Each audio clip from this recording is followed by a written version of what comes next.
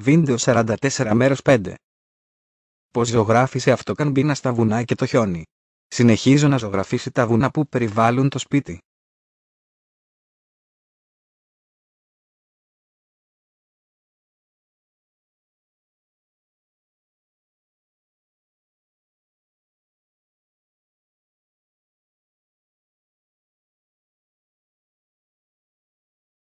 Συνεχίζω προσθέτοντας άσπρο χρώμα στο μείγμα.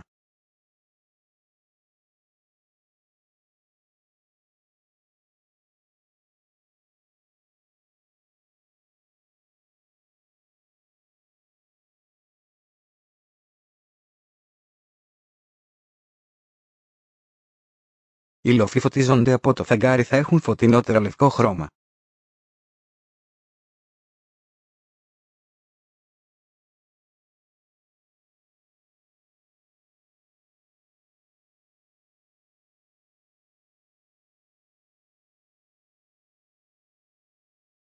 Αημίγμα των χρωμάτων, πριν στεγνώσει το ακριλικό χρώμα.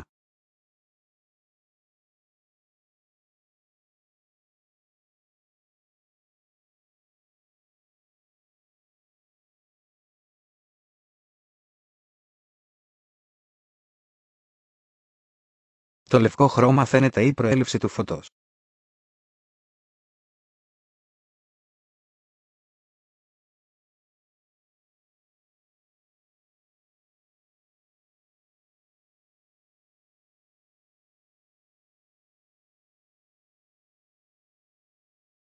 Το λευκό χρώμα δημιουργεί μια έντονη αντίθεση με τον σκοτεινό ουρανό.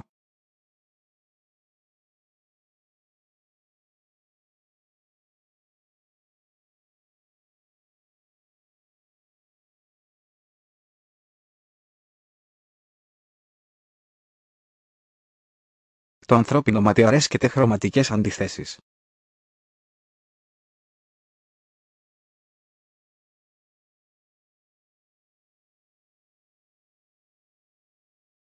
Αυτό το μαθήμα συνεχίζεται στο μέρος 6.